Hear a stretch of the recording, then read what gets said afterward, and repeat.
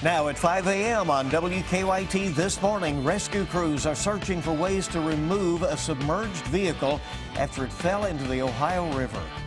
The House is scheduled to vote on a newly approved state budget proposal today. And outdoor fans are eagerly awaiting the grand opening of Cabela's in Lexington this morning. We'll tell you how you can get some free prizes and more coming up this morning.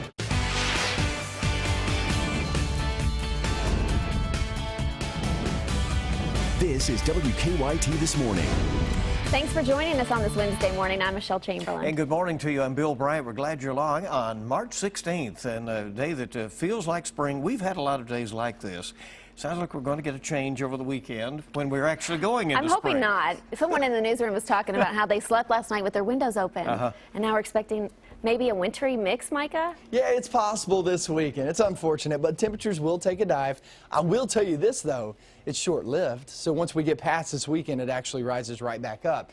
So, yeah, it's just going to be a little hit. Another little hit that we're looking at right now is on Defender Radar Network, and a lot of broken line of those broken showers. So, really, there's not much going on, but there are bits and pieces of some heavier downpours here and there. Look at these temperatures. 64 degrees in Frankfort, and we're 71 right now in Lexington. By the afternoon, we've already hit our high today, so it actually drops as we go through the day, right there around 66 degrees. Very pleasant conditions, though. I know it's not the 70s and even a couple of 80s like we felt yesterday in southern Kentucky, but still, it's well above average. We'll continue to drop our temperatures. I'll show you how low we go coming up. We'll see you shortly. Thank you. We are continuing to track a rescue operation that has been going on for hours in northern Kentucky. It's continuing this morning. Police say that divers are working on a plan to recover a vehicle that fell right into the Ohio River. Yeah, and police say a chain reaction crash involving at least 12 vehicles caused a semi-truck to push the vehicle off the Kentucky Bridge. WKYT's Caitlin Sintner is at the live desk with more on the rescue efforts. A water rescue was called off early today for victims in a car that plunged into the Ohio River after a pileup on the Interstate 275 bridge. Now that bridge connects Kentucky and Ohio near Coney Island. The search was called off around 1:30 a.m. this morning. That car fell off the bridge Tuesday in the afternoon hours following a 12-vehicle crash in the eastbound lanes. Police say 4 separate accidents happened on the bridge. Campbell County Police Chief Craig Sorrell said crews will be working to find out if victims are in the vehicle before removing it from the water. And then they'll make an assessment as to whether it's best to try to extract any persons that are found or whether it's best to try to float the vehicle as in one solid with any victims contained and take it from there. And they'll make. Now, none of the injuries on the bridge were life-threatening. At the live desk, Caitlin Sentner, WKYT. Caitlin, thank you. At this year's legislative session, they're beginning to wind things down in Frankfort, but the battle over the state budget appears to just be ramping up. Today, the House is scheduled to vote on the Democrats' proposed budget plan approved by the House Appropriations and Revenue Committee late yesterday. If it is passed, the plan would reject Governor Bevin's proposed cuts to colleges and universities. The Republicans' budget proposal wanted to keep Governor Bevin's cuts but restore some others. House Speaker Greg Stumbo believes that the budget plan approved should pass the House despite garnering only 1 Republican vote. It looks to me like it's a pretty good document, and I said all along I thought the governor made a good effort in his attempt to start this process, which he did. We kept the biggest part of that and I think refined it and moved on. In a statement, the governor's communications director says the proposed budget, quote, continues the bad habit of spending one-time funds for recurring expenses. If the proposed budget plan is passed, it will then go to the state Senate. Police have arrested a Madison County woman they say forged dozens of prescriptions for her family. 30-year-old Ashley Young faces forgery, theft, and trafficking charges. Police say she used to be a certified medical assistant for a doctor's office in Berea. They say Young forged nearly 50 prescriptions that were written for her father and boyfriend. Some of the drugs on the forged prescriptions included oxycodone and methadone.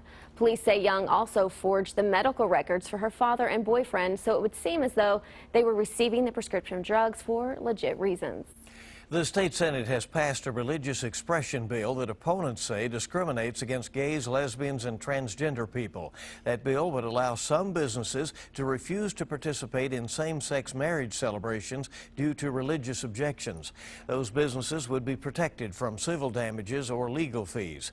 The Senate narrowed the bill so that it would only apply to businesses such as bakeries, florists, and photographers. The bill passed the Republican-led Senate by a 22-16 vote. It now heads to the Democrat-controlled House.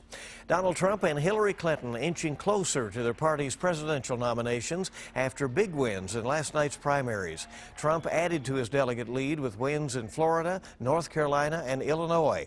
He lost to John Kasich in the winner-take-all state of Ohio. Clinton defeated Bernie Sanders in Ohio, Florida, North Carolina, and Illinois. Meanwhile, Marco Rubio has suspended his presidential bid after losing his home state of Florida to Trump. Fayette County School Superintendent Manny Kalk says he wants to hear from you, the community. At Dunbar High School last night, he held the first of 2 Talk with Kalk sessions. He's already finished 5 external reviews and multiple listening sessions with teachers and staff in Fayette County Public Schools. But last night, people in the community had the chance to give him their feedback on schools. And as a new superintendent, I need to learn what's great about Fayette County, what are our points of pride, what are areas that we need to improve in, what's working. The other listening session will be tomorrow night from 6 until 8 o'clock at Bryan Station High School. Well, outdoor retailer Cabela's will have its grand opening in Lexington this morning. The new store is located on Conservation Way. That's just off Polo Club Boulevard in the Hamburg area. This is now the 3rd Cabela's to open in Kentucky. In anticipation of the store opening, several people camped out overnight. Store officials say the first 500 people in line this morning will receive gift cards worth various amounts up to $500. Doors are scheduled to open there at 10 a.m. The UK basketball team is 1 day away from starting their NCAA tournament run. The Wildcats are in Des Moines this morning, the site of their first matchup. WKYT was at Wildcat Coal Lodge yesterday afternoon as the team boarded a bus for Bluegrass Airport. Groups of UK fans were also on hand to wish the team well. UK's first game is against Stony Brook tomorrow night around 9:40. Be sure to tune in to WKYT at noon today as we'll have live coverage from Des Moines as the Cats gear up for their first tournament game. Could be a fun run. Everyone's excited, I'm sure. We'll see how they do. The time is 5:07 this morning. Yeah, as you just saw, the Wildcats are preparing to start tournament play tomorrow, but another tournament already in progress is set to continue in Lexington over the next few days. Beginning at noon today, the Sweet 16 of the Kentucky State High School Boys Basketball Tournament will be held at Rupp Arena. With games scheduled throughout the day, there could be some traffic issues in the downtown area. WKYT's Mark Barber is joining us live from Rupp Arena with more on what to expect today. Mark, good morning. Good morning, Bill. Yeah, this Sweet 16 tournament, it always seems to promise excitement and surprises for both the players and the fans. Now, one other problem that you just mentioned there that maybe you should start planning for if you're heading on down to this tournament here at Rupp Arena, that will be traffic. Now, this is Kentucky, so we love this basketball tournament and we welcome the tens of thousands of fans who are expected to come to all these games here in Lexington this week. But something else that is expected to cause major issues downtown, that's tournament traffic. The games are expected to draw about 100,000 people to Rupp Arena this week. Since that will be bringing in a lot of extra traffic to our area, city leaders are warning those who live and work downtown that there will be major traffic delays through the weekend. Sidewalks and parking garages are also going to be crowded. The city is encouraging people who work downtown to leave early to get ahead of the traffic that is expected for these evening games. With the exception of the finals game on Sunday, these games will be played at noon and at 6:30 in the evening. So that is when you can expect the heaviest traffic delays during a time that is already pretty busy for travel. Coming up in the next half hour of WKYT News, we'll take a look at some of the games that people in our area will be watching much more closely. So we'll look at that as well as another look at the traffic impact on WKYT News at 5:30. Live in Lexington, Mark Barber, WKYT. There's some great teams out of our viewing area in the tournament, so we'll see how it all goes. I covered the tournament about 10 years ago. Yeah. I'm aging myself here. 10 years ago, and I was so amazed by the crowd and all the people that show up, you know, to watch high school basketball. Yeah. It's exciting. It's amazing. I won't tell you the first one I went to. Come Come on, Let's Bill. just say it was in Louisville. Back when, Oh, wow.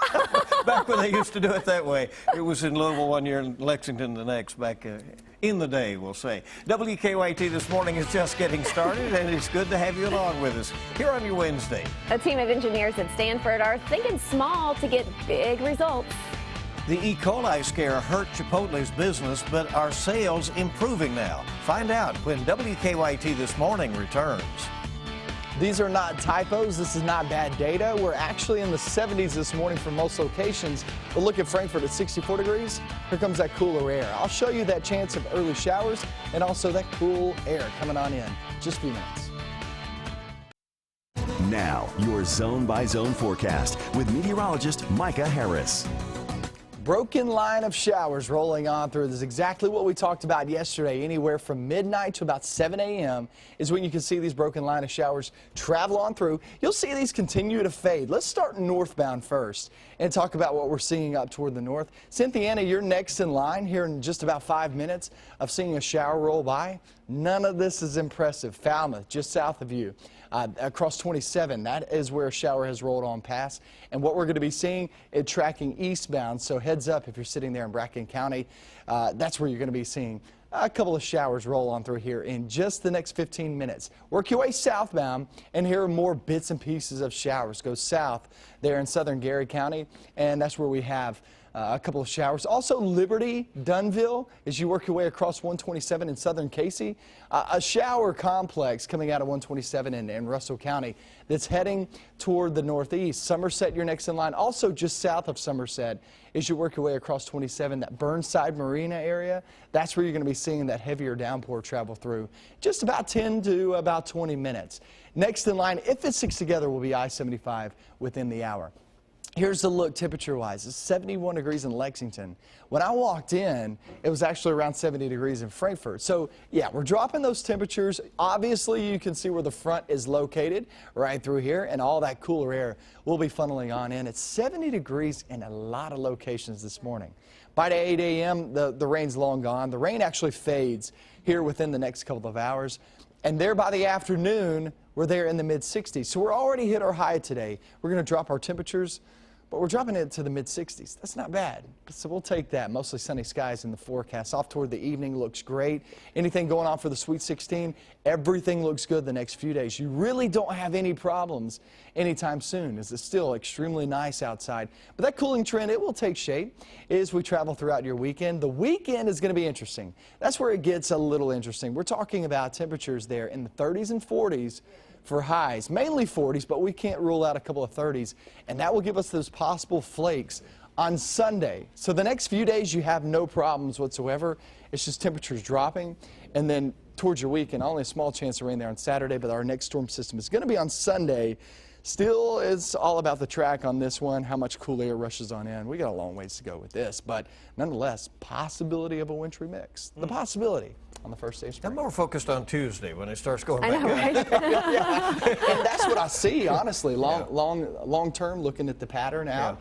Past that, I mean, you're going to see temperatures rise and rise. So I think everybody sees this as just a little sacrifice. Yeah, just here Let and it there. stay spring. Yeah, Let's hope. Hopefully. You're dressed for spring today, Yes. right? You're ready. I got you. Rise and shine with the yellow, right? You've got it. 5:16 is our time this morning. With so many advancements in technology, why can't tiny equipment be used to help with everyday tasks? Well, thanks to a university, it looks like now it can. Yeah, the brainiacs at Stanford University have created a team of 6 tiny robots that can pull a car. Have you ever seen the way ants work as a team to move objects hundreds of times their size? Have you seen that? Mm-hmm. Check that out right there. So, well, the engineering team used that method and found unbelievable results. Their tiny robots use micro-adhesion and team load sharing to pull a car nearly 4,000 pounds. Pretty impressive. Learn from the ants, huh? Looks like it works. All right. Good to have you along. They're on to something. 5:17 on WKYT this morning on your Wednesday. It's your hump day, and more news is coming up. Yeah, when we return, a look at your money. The Federal Reserve prepares to make a decision on interest rates, and America's slowest city for commuters is named. I'm Brooke Silva Braga. Those stories and more coming up in your CBS Money Watch report. Good morning. Welcome back into WKYT this morning. 5:20 is the time, bright and early. Get it together. Wake up. That's right. Investors are watching the Federal Reserve, and marijuana sales are on the rise. And a look at the least friendliest cities for commuters. Brooke Silva Braga has the latest on your money. Oil fell another 3% on Tuesday over concerns with rising U.S. stockpiles. The markets were mixed. The Dow closed up 22 points. The Nasdaq lost 21. Investors are watching as the Fed concludes 2 days of meetings this afternoon. The board is not expected to raise interest rates again after December's hike, but should offer guidance on the health of the economy and prospects of raising rates later in the year.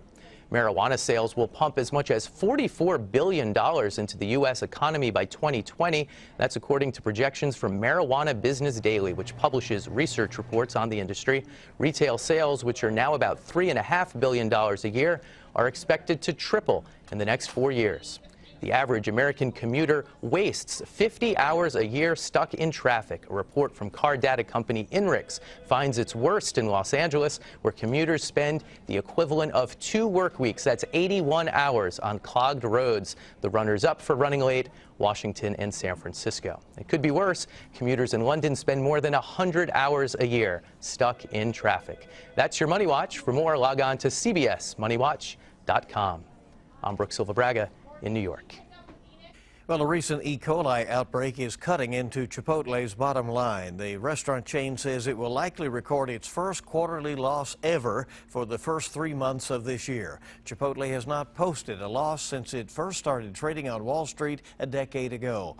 But the eatery is facing growing legal expenses linked to a federal criminal investigation into the E. coli scare. So trying to turn things around there at that restaurant chain. And those people that sit in traffic for hundreds of hours a year, they need to work the early morning shift, right? Exactly, no because you're right. You just kind of ease along, you know. Nice drive-in every morning. Right. I once took a calculator to the time spent at some of the red lights, though, and it adds up even around here, you know. A minute, 2 minutes. You got it. 5:22 on WKYT this morning. Good to have you along on your Wednesday morning. Much more on the way. That's right. Sports is next. We are a day closer for the Kentucky Wildcats to begin their NCAA tournament run. They meet up with Stony Brook. Also, Mr. and Miss Basketball winners announced last night, and the 2 schools they come from had never produced a winner of this magnitude before. We'll tell you who they are next.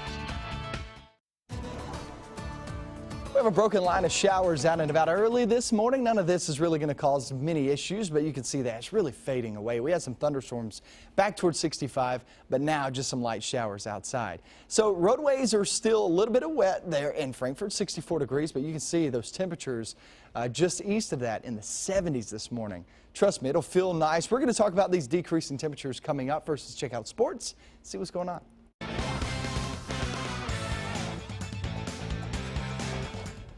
The Cats enter the NCAA tournament winning 5 in a row, and in those 5 wins, their average margin of victory 14 points, and that's what they're favored by over Stony Brook. But John Calipari is expecting close, competitive games throughout the NCAA tournament as teams will be fighting for their lives, with the exception of the U of L win. Kentucky had dropped all the close ones this season. But last weekend in Nashville, the Cats came from behind to beat Georgia, came from behind to beat Texas A&M, taking down the Aggies in overtime. You know, it shows what we're capable of. You know, we can be down a half, you know, both games, and especially last game, you know, they hit every shot, Georgia, and we come in this game and they're still hitting every shot. So we just have to be prepared to you know, get stops, defensively consecutive stops, and make plays down the stretch. Momentum's good, you know. This is the right position we want to be in, you know, go on a little stretch here. It feels good, you know, we were down both games, you know, to just keep on pushing to get out ahead, you know, it feels great. Kentucky and Stony Brook, we will have it for you tomorrow night right here on WKYT. Tip-off should be somewhere around 9:40 p.m. as they get it on in Des Moines, Iowa. Don't forget about our Hoops Hysteria Bracket Challenge. It's your chance to win prizes like a 65-inch LED smart TV or up to $1 million. It's simple to play. Just go online, WKYT.com. Also, tonight on CW Lexington, you can watch Destination Houston, Wildcats in the NCAA. Join Rob Bromley, All-American Kyle Macy, and yours truly as we get you ready for Kentucky's NCAA tournament run. Last night, Owen County's Carson Williams named the 2016 Mr. Basketball for the state of Kentucky. The 6'5 Williams, who is signed with Northern Kentucky, had some pretty good numbers this year. 26 points, almost 11 rebounds an outing. He is the first winner ever to come out of Owen County, and the first from the 8th region since Jimmy Dan Connor in 1971. E-Town's Erin Boley is the Miss Basketball winner this year. The Notre Dame signee leading her Lady Panthers to the state quarterfinals, averaging 24 points, 10.5 rebounds a game. The 6'2 Boley winning the Kentucky Gatorade Player of the Year honor in both her sophomore and junior seasons, and she may just do it again this year. That is a look at sports. Have a great day.